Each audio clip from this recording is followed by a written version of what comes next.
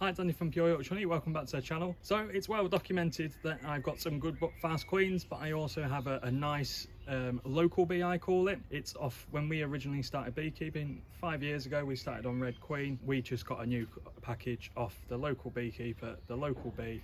And we're just going to compare the two because I think our local bee around here, I think we're really lucky. It's really easy to work with. It does bring in some nice amounts of honey, but it can be a bit hit and miss. You know, you're probably talking, obviously, you're open mated. Chances of getting a good queen, maybe 60%, but the queen we've got at the minute is really good. So we're going to go into both hives. The Buckfast colony, it's an F1. It's not Black Mountain ones, it's another F1 that we have. And we're going to go into the local bee and just have a look at both hives and have a look at the traits of each hive. Let's have a look at the Buckfast colony first. This is one we demoed last week. So we'll go straight in it and have a look and see, make sure the brood's hatching out and just make sure they're drawing out downstairs. But you can see a lot of activity, a lot of bees, bringing in a lot of pollen, a lot of nectar.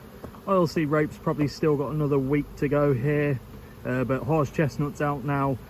Apples are well and truly out, hawthorn's out. So there's still quite a bit left for spring. So we'll get the lid off and have a look in. So this is the top box. This was what was the brood box at the bottom. So you can see there's still a lot of bees up here. So the demerate, you can see the drones which are hatching out now are in upstairs, so it gives them a good opportunity to get out there. You can see Buckfast drones with the orange bands across them. And this is a bit of a trait of Buckfast. Obviously a lot of bees, consume a lot of stores. But we'll just go through this brood, see what's been hatching out, and then we'll get downstairs. So this is what happens with demerays. You can see we've got a nice queen cell at the top there. We've also got a nice queen cell at the bottom there. So I'm not going to destroy these yet because I'll just have to check that we've still got the queen downstairs. You can see there's still a lot of brood upstairs. But first thing we need to do before we knock everything back is just make sure we still got our original queen. I marked the frame with a little notch so I know which one's got the queen cells, so I'll pop everything just to one side on top of the roof and we can go into the bottom. Just tell the sheer number of Buckfast bees. You know, we've got 2 supers on the brood box upstairs and we've still got boxes full of bees pretty much on every frame. Boxes are reasonably heavy, but it has been pretty cold, so if we can get a box or 2 off this colony, I'll be more than happy with that. Let's get downstairs, have a look in the brood box and see if we can still find our queen. A little bit more less congested down here. You can see they're just starting to pull these frames out in here. I left them with a frame with the queen on and a couple of frames that she could lay up in and backfilled the rest with foundation. I like to write the date on my foundation so I know how old it is, and obviously if it's been treated with Apivar or any Varroa treatments, it's always good to have a bit of a visual. Just helps me out because I just forget. So we've still got our queen in the colony there. Lovely Buckfast queen. So what I'll do, I'm going to make a bit of a split off this colony, use those really good queen cells I've got upstairs. This is a really nice colony, really calm, expanded really well, not too swarmy.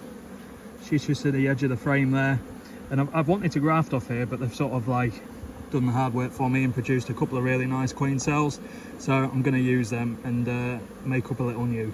Just wanted to see a close-up of this bee here. Look at that pollen on there, absolutely stunning. I don't really know what that's off. It's like bright red, it's like a deep red.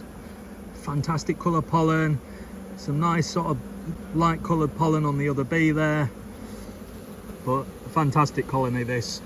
Like I say, Buckfast, pretty big on numbers. They do bring in a lot of forage, but they do outgrow boxes very quickly. You've got to sort of be on top of that. This is why I've done the demerate on this particular hive.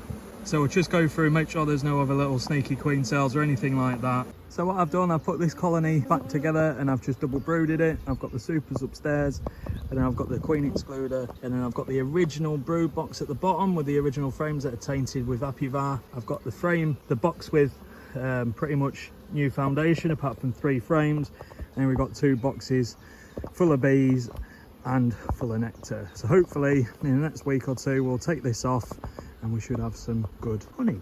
So this is what I call our local beehive. We started up with this line 5 years ago We're back on red queen, and this is like a distant line of the original queen. As you can tell, working really hard. What we've got them on, we've got them on a brood box and a couple of supers. I put this top one on last week, so I don't expect too much in there. The weather's been a little bit hit and miss this week, but we'll have a look in and just compare from like a Buckfast paid queen to our local line. We are quite fortunate around here. We do have really nice bees, so we'll get the top off and have a proper look in. So I just took the crown board off there. Quite a nice surprise. They're up in the top super, already working it. So we'll just get downstairs and see exactly how full the brood box is, see if they're trying to swarm, and just compare the two colonies. So I've just taken the crown board off, just a little bit of smoke, nothing too major. It's a nice day. I think we're about 5 o'clock in the evening now. As you can see, quite calm. Obviously I've not lifted the frame out yet, but you can see a good box of bees. Nice dark local bee. It does really well. It's a bit hit or miss obviously with mating, but about 50-60% of the time we do end up with a really good queen. It just so happens this one's really good. We'll have a look through, see what the brood pattern's like, see if they're storing a lot of honey downstairs or if they're taking it up to the super, see how efficient they are basically, and just check on temperament. So second frame in, I've taken that frame out and you can see there's a little bit of drone brood on the bottom, but this one we have some nice pearly white larvae, you can see there, and you're just checking the cells, looking at the quality of the larvae, make sure they're nice pearly white, they're not contorted or look uncomfortable for like that's sort of a check for EFB. As you get further in, you can see older larvae getting to the point where they're getting ready to cap. This is quite nice, like I say, second frame in and we've already got brood. Nice and calm on the comb, not runny, not flying at me. You can see they're quite happy there, not had to smoke them. I just put a little bit of smoke in when I took the crown board off, but that's it. There you go, that's the queen, just our local bred queen, mongrel queen, whatever you want to call her, but a really nice job, a nice colony, nice brood pattern. She's just looking for somewhere to lay. I do like a nice dark queen. So far, no swarm cells or anything like that, but I am only 4 frames in. We'll carry on looking through and see if we can get some good brood frames so I can show you what a brood pattern's like. There you go, middle of the brood nest. We've got a nice, pretty much fully laid in frame all the way to the edges. It's just the ones on the edges just have some larvae in. As you can see, laid right up to the edges. Ignored the wire like a lot of queens do anyway. And you can see there, lovely. And we can get up to the edge there. You can see the young larvae. So that is a full frame of brood. For a mongrel queen, that's not bad at all. Like I say, we are quite fortunate in our area. We do have some nice local bees. Another sign I like to see, once the brood is hatched out and they've polished the cells, they don't backfill it. They lay straight back into it. And see if I can get the eggs on camera there. A little bit tricky, but that is all laid back in. You can see the eggs there, centre of the picture. That's what I like to see in my queens. I don't want them backfilling brood box with honey. That's the easiest way to start impulsing a swarm, the cells with nectar, because all of a sudden the queen's got nowhere to lay. As you can see, eggs right in the bottom there, stood upright, pretty much laid today. Again, gathering good amounts of pollen. That's what I like to see in amongst the brood, so it's nice and accessible. They're not filling right up to their sides with honey either. They're sort of giving themselves plenty of room. We're 3 frames from the top now. You can still see a good brood pattern, and now we're just getting to see some of the pollen they're bringing in, the bee bread that they're making, and obviously they'll feed all the young larvae on that. And this colony is really nice, really calm. You can see the waggle dances they're going, telling each other where the forage is. There's obviously a lot about at the minute. Horse chestnuts just started to flower. Rapes just about finishing. I think we've got 1 week left, maybe 10 days. This is the end frame, and you can see this is where they're storing a lot of their food that they need downstairs. A lot of pollen in there, but really good. A few play cups, but nothing charged. I don't mind play cups, they will practice, it's just what they do. I've pretty much got 10 frames of brood. I think this end frame here has a little bit of brood on there, so you can sort of pretty much say 10 frames. Good frame of food. Nice laying queen. They're not heavy on the propolis, they're not heavy on the burr comb, they're not flying up at me. I've not smoked these. All inspection now, and we're filming, and trust me, it takes a long time to do an inspection while you're filming, and you can just see they're quite chilled out. We're right at the front of the hive, and I find as you get further to the front, your guard bees start coming up at you, but these are just fine. So what do you reckon to those 2 colonies there? I really love that local bee. We've got so lucky this time. Again, it is a bit of a lottery with a local bee. We are really fortunate around here.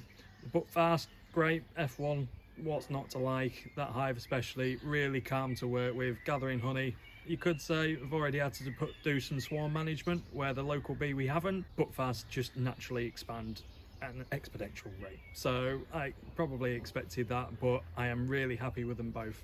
Put in the comments which one you prefer, which queens you're running. If you like the video, please give it a thumbs up. Please subscribe if you haven't already, and I'll see you in the next video. Cheers, bye.